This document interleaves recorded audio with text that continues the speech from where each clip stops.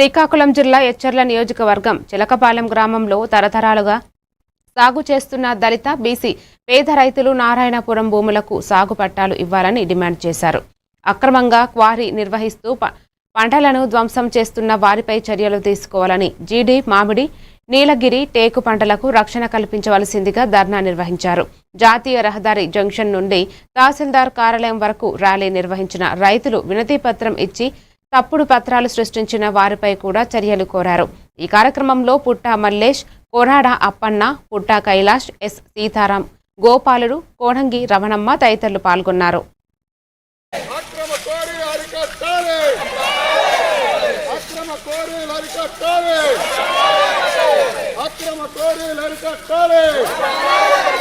నారాయణపురం సాగుదారులకు వెంటనే పట్టాలు ఇవ్వాలి.